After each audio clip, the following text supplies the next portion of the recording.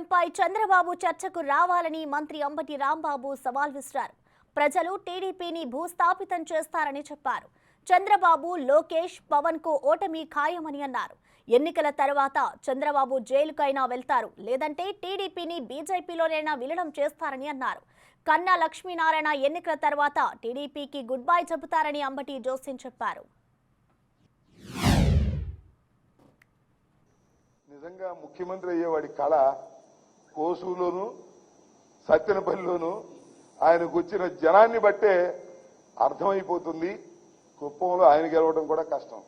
ఇవాళ లోకేష్ చాలా పెద్ద ప్రచారం చేశాడు, ఇది యువగలమని తిరిగాడు, కనపడ్డే మంగళీలోనే ఉన్నాడు. అక్కడ బయటకు వస్తే గెలుస్తాను గెలవను అని భయం, అతను ఓడిపోబోతున్నాడు. ఇక మా బ్రదర్ సంగతి చెప్పాలి. మా కులపాయన పిఠాపురంలో పోటీ చేస్తున్నాడు. 2 రోజులు ప్రచారం చేస్తాడు, 5 రోజులు పడుకుంటాడు. ఎందుకైనా నీకు రాజకీయాలు నాకు అర్థం కాలేదు. జ్వరం వచ్చిందంట, జ్వరం వచ్చి పడుకుంటాడు. 2 రోజులు తిరగగానే జ్వరం వచ్చింది, ఎండగొట్టింది, మళ్ళీ పడుకుంటాడు, హైదరాబాద్ వెళ్తాడు. ఎందుకు మీకు రాజకీయాలు చెప్పండి, నాకు అర్థం కాలేదు. ఆయన అక్కడ లాక్ అయిపోయాడు.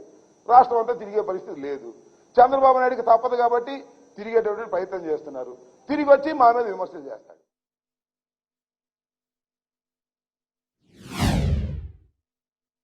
నేను అసెంబ్లీలో కూడా బ్రహ్మాండంగా మాట్లాడతానని, నా మాటకు ఆయన సమాధానం చెప్పలేడని, బయట ప్రెస్ మీట్లో కూడా నేను బాగా మాట్లాడతానని, దానికి సమాధానం కౌంటర్లు ఇవ్వలేరు కాబట్టి నన్ను ఏదో ఒక విధంగా శాసనసభకు రాకుండా అడ్డుకోవాలనేటువంటి ప్రయత్నంతో మా పార్టీలో, కాంగ్రెస్ పార్టీలో ఉన్నటువంటి వస్తాదిని తీసుకొచ్చి నాకు ముందు పోటీ పెట్టారు. అనేక పార్టీలు మారొచ్చినటువంటి వ్యక్తి, నిన్ను అడ్డగోలుగా తిట్టినటువంటి వ్యక్తి. తెలుగుదేశం వాళ్ళు కూడా చెప్తున్నా, ఆయన అన్ని పార్టీలకు కన్నాలు వేశాడు. మీ పార్టీలో కూడా ఉంటాడు అనుకున్నారా? ఏమీ లేదు. తెలుగుదేశంలో అతను ఉండే ప్రశ్నే లేదు. ఓటమి పాలవగానే మళ్ళీ ఎక్కడో కూడా చెక్కేస్తాడు. గుర్తుపెట్టుకోమని మనవి చేస్తున్నా.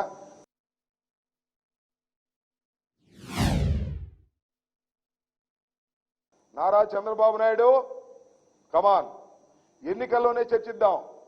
పోలవరం ఎందుకు పూర్తి కాలేదు? అది నా తప్పిదమా, ఈ ప్రభుత్వ తప్పిదమా, లేక చంద్రబాబు నాయుడు గారు తప్పిదమా? తేల్చుకుందాం రమ్మని అడుగుతా ఉన్నా. దిక్కుమాలినటువంటి పనులు చేసినటువంటి వ్యక్తి నారా చంద్రబాబు నాయుడు గారు. భజన చేయించాడు, గుర్తుందా మీకు? పోలవరం పోలవరం పోలవరం అని భజన చేయించాడు. గేట్లు పెట్టకుండా భజన చేయించాడు. స్పిల్వే కంప్లీట్ కాకుండా భజన చేయించాడు. కాఫర్ డ్యాములు కంప్లీట్ కాకుండా భజన చేయించాడు. డైవర్ట్ కాకోకుండా, నది డైవర్షన్ లేకుండా భజన చేయించాడు. కమాన్, దమ్ముంటే రా, చర్చిస్తా. పోలవరం నీ అసమర్థత వల్ల, నీ ఆలోచన విధానం వల్ల, నీ డబ్బు కక్కుర్తి వల్ల, ఇప్పుడు మీ మోడీ గారు చెప్పినటువంటి ఏటీఎం గా నువ్వు ఓడుకోవడానికి ప్రయత్నం చేసినందువల్లే పోలవరం దెబ్బతింది. దాన్ని బాగు చేసేటటువంటి ప్రయత్నం చేస్తున్నాం. ఏ క్షణంలోనైనా నారా చంద్రబాబు నాయుడు గారితో సిద్ధంగా ఉన్న పోలవరం పూర్తి కాకపోవడానికి ప్రధానమైనటువంటి కారణం నిందితుడు నారా చంద్రబాబు నాయుడు అని మనవి చేస్తున్నాం.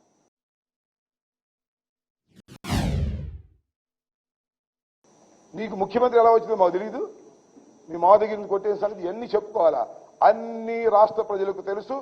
అందుకని నువ్వు ఈ దెబ్బతో తెలుగుదేశం దివాళా తీయబోతుంది. మళ్ళా తెలుగుదేశం చరిత్రలో కనపడదు, బీజేపీలోకి సర్దుకుంటుంది. ఇది అందరికీ తెలిసినటువంటి విషయమే. ఈ రాష్ట్ర ఎన్నికల తర్వాత జగన్మోహన్ రెడ్డి గారు ముఖ్యమంత్రి కాబోతున్నారు. ఆ ముఖ్యమంత్రి అయిన తర్వాత చంద్రబాబు నాయుడు గారు వెళితే జైలు కన్నా వెళతారు, లేకపోతే మోడీ గారి పార్టీలో విలీనమైనా చేస్తాడు. ఇవాళ నేను చెప్పాను. Please underline this point.